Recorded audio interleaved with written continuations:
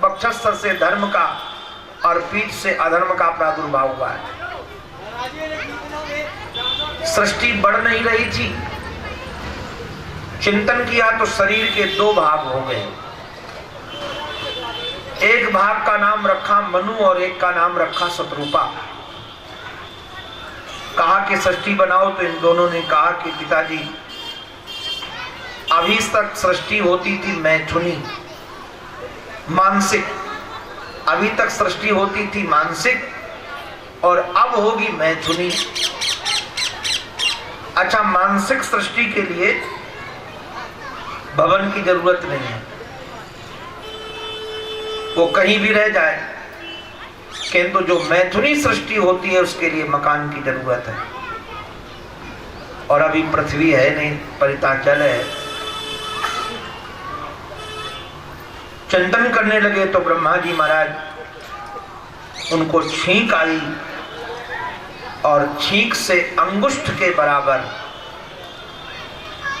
एक बाराह का प्राकट्य हुआ। देखते देखते बंधुओं विराट हो गया और समुद्र में छलांग लगा करके पृथ्वी को अपने दोनों दाढ़ों में संभाल करके ऊपर निकले।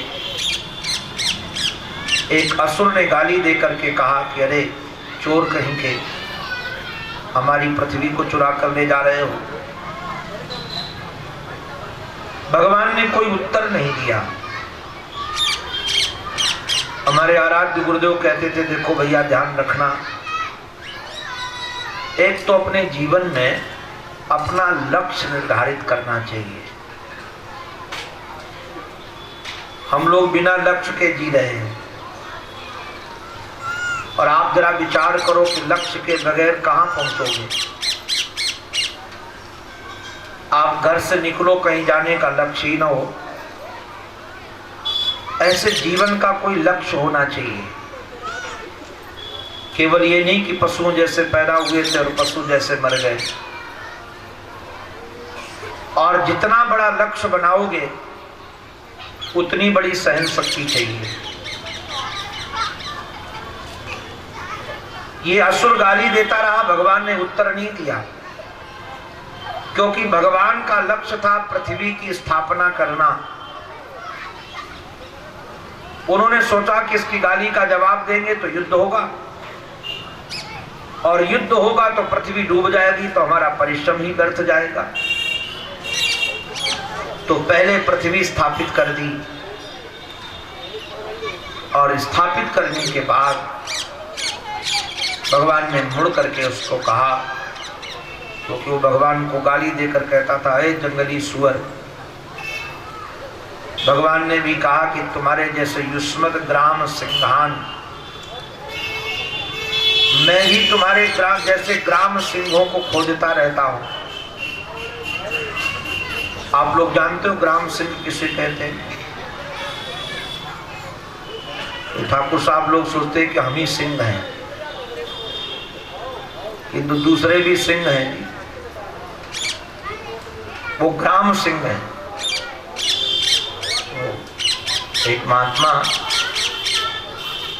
किसी पर नाराज होते थे तो कहते थे बैसाख नंदन, तो सामने वाले को बैसाख नंदन कहें तो समझ में आए।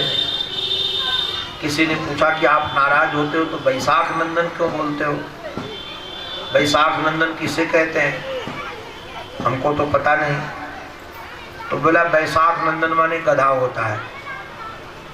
गधा कहना हो तो गधा मत कहो, उसको बैसाख नंदन कहो। मुझे लगेगा कि हमारे साथ भी आनंद तो जुड़ा ही है। तो बैसाख नंदन क्यों कहते हैं उसको? आप देखना जितने गधे होते हैं कि सावन भादों में दुबले पतले होते हैं और बैसाख में मोटे हो जाते हैं। क्यों? सावन भादों में गधे जब चलते चलते मुड़कर देखते तो सारे खेत हरे भरे दिखते हैं। उस गधे को लगता आज तो मैंने कुछ खाया ही नहीं, अगर खाया होता तो खेत साफ तो होता। तो बेचारा चिंता के मारे दुबला जाता है। और जब बैसाख का महीना आता है, चैत में महाराज फसल कट जाती है और बैसाख में सब खेत खाली है तो मेड़ों में घास रहती है, थोड़ा घास चर कर जब मुड़ के देखता खेत साफ है, सोचता वाह वाह आज तो हमने खेत ही साफ कर दिया, और मोटा हो जाता है। तो बैसाख नंदन लोग ऐसे ही होते हैं। ऐसे भगवान महाराज आपको बताए गीता में भगवान ने बहुत गालियां दी हैं। एक बार हमने गीता की गालियां सब खोज के निकाली थी, क्या क्या गाली दी है। तो भगवान को गाली देने की थोड़ी आदत है, क्योंकि ग्वारियों के बीच में रहे तो गाय चराने वाले ग्वारिया लोग तुम्हारे गाली देते ही है। और ये गाली क्या दे रहे हैं, बोले युष्मद ग्राम सिंहान, तुम्हारे जैसे कुत्तों को खोजता रहता हूं। ललकार करके उसके साथ युद्ध किया। नारायण हुआ हिरण्याक्ष था, भगवान ने युद्ध में उसको मारा और पृथ्वी को स्थापित कर दिया। ऋषियों ने उनकी स्तुति की यज्ञावतार के रूप में। हमारे मैत्रेय महात्मा से विदुर जी ने पूछ दिया कि महाराज आप कह रहे थे सृष्टि नहीं थी, पृथ्वी नहीं थी, तो ये असुर कहां से आ गया? अगर पृथ्वी होगी तभी असुर रहेगा। देखो आजकल विज्ञान से ये जानकारी है कि पृथ्वी लोक से भी अतिरिक्त लोकों में भी जीवन है। मंगल ग्रह तक तो पहुंचे ही हैं, चंद्र ग्रह तक पहुंच गए हैं। आपको जानकर शायद आश्चर्य लगेगा, ये जो रात्रि में आपको तारे दिखते ना, तारे, ये विज्ञान के आधार पर एक एक तारा कई कई गुना पृथ्वी से बड़ा है। आप ये मत समझना कितना छोटा सा दिखता है, करोड़ों ब्रह्मांड है। केवल पृथ्वी लोक में ही जीवन नहीं है। तो ये तो महाराज दूसरी जगह रहने वाला, किंतु पृथ्वी पर अपना अधिकार जमा करके बैठा था कि मेरी पृथ्वी है। भगवान ने उसका उद्धार किया। मैत्रेय महात्मा ने विदुर को उनके पूछे जाने पर एक बात बताई, और बात यह है, कहा कि देखो ये है तो भगवान का पार्षद, और इसका प्राकट्य कैसा हुआ आप लोग भी जरा थोड़ा इस पर विचार करना। सावधानी यदि नहीं रहेगी तो संतानें निश्चित रूप से दुष्ट होंगी। अभी कल हमारे पास कुछ सज्जन आए थे दमोह से, एक बालिका साथ में थी। उन्होंने बताया कि महाराज कई 8-10 ऑपरेशन हो चुके हैं। जब वो पैदा हुई थी उसके मुख ही नहीं था, न नाक न मुख, एकदम सपाट ऐसे चेहरा था। तो हमने पूछ दिया कि कारण क्या है।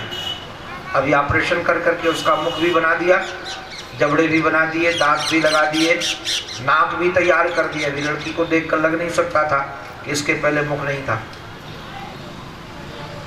तो मैंने उनसे प्रश्न किया कि इसको ऐसा हुआ कैसे, तो तुरंत उन्होंने बड़ा बढ़िया उत्तर दिया। इसको ध्यान रखने लायक है, कभी भी सावधान रहो। ग्रहण काल में, संध्या के समय, पर्व काल, ये कालों का विचार करके ही गर्भाधान होना चाहिए। अगर पर्व काल में गर्भाधान होगा, जैसे ग्रहण काल है और ग्रहण काल में गर्भाधान हो गया, तो संतान निश्चित रूप से अपाहिज पैदा होगी। तो बताया कि महात्मा पूर्व कल्प में महात्मा कश्यप अपने यज्ञशाला में बैठकर संध्या वंदन कर रहे थे। संध्या का समय था, सूर्यास्त होने वाला था। तब तक दिति के मन में काम का संचार हो गया और वह अपने पति के पास में आकर प्रार्थना की, हमको संतान चाहिए। ऋषि ने कहा कि देवी संध्या के समय 4 काम नहीं करना चाहिए। आप लोग भी थोड़ा ध्यान रखना। अगर स्वस्थ रहना चाहते हो, सुखी रहना चाहते हो, तो 4 काम सूर्योदय सूर्यास्त के समय कभी नहीं होने चाहिए। आहारम, मैथुनम, निद्राम, स्वाध्यायम च चतुर्थकम। पहला है कि कभी भी संध्या के समय, सूर्यास्त सूर्योदय के समय आहार न करें, भोजन न करें। माताओं को भी ध्यान रखना चाहिए कि बच्चे उस समय भोजन मांगे तो कभी नहीं देना चाहिए, टाल दो। नहीं, सूर्यास्त के समय बच्चे ट्यूशन आदि से आते हैं, तुरंत कहते भोजन दो, और माताएं तुरंत परोस देती है। नहीं होना चाहिए। आहारम मैथुनम, पति पत्नी की भी मुलाकात सूर्योदय सूर्यास्त के समय कभी नहीं होनी चाहिए। आहारम मैथुनम स्वाध्यायम, स्वाध्याय कभी पढ़ो भी नहीं। और निद्राम, मैं आज सच कह रहा हूं, मैं तो घूमता रहता हूं। आज शहरों के लोग सावधान हो रहे हैं और गांवों के लोग असावधान हो रहे हैं। छोटे छोटे कस्बे में लोग असावधान हो रहे हैं। अभी हम शहरों में जाते हैं, पार्क में सुबह सुबह 5 बजे तो घूमते हुए लोग मिलते हैं, और छोटे छोटे कस्बों में लोग 10 बजे सो के जगते हैं। गांव वाले तो और मौज में रहते हैं, फिर चिल्लाते हैं, दौड़ते रहो डॉक्टरों के पास। अगर सुखी रहना चाहते हो तो कभी भी सूर्योदय के समय सोना नहीं चाहिए, ब्राह्म मुहूर्त में उठना चाहिए। अगर आप ब्राह्म मुहूर्त में उठते हो तो आप स्वस्थ रहोगे। स्वस्थ रहने के लिए कुछ नियम चाहिए। एक तो आहारम, मैथुनम, निद्राम, स्वाध्यायम च चतुर्थकम। ये 4 चीजें आप लोग संध्या के समय, पर्व काल आदि में रोको। किंतु कामातुराणाम भयम लज्जा,